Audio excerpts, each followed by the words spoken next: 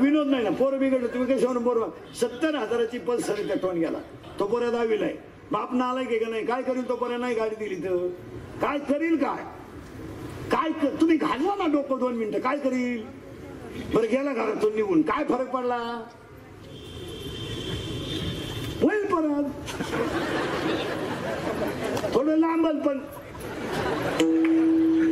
तुम्ही जर त्याला 70ची पल्सर आहे, 10चा त्याला मोबाईल आहे, 2-2.5 हजारचा पायात त्याच्या बुटे, तो काय हरिपाठ करी,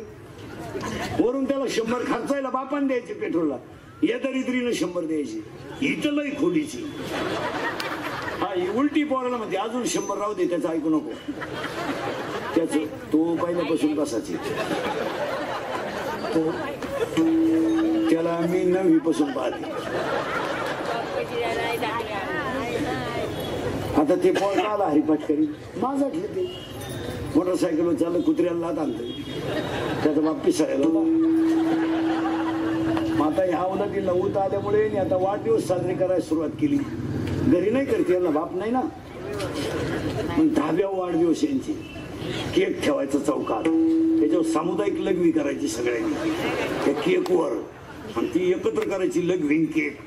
आणि एकमेकाच्या तोंडात प्रसाद म्हणून घालायचा, हॅपी बर्थडे टू यू,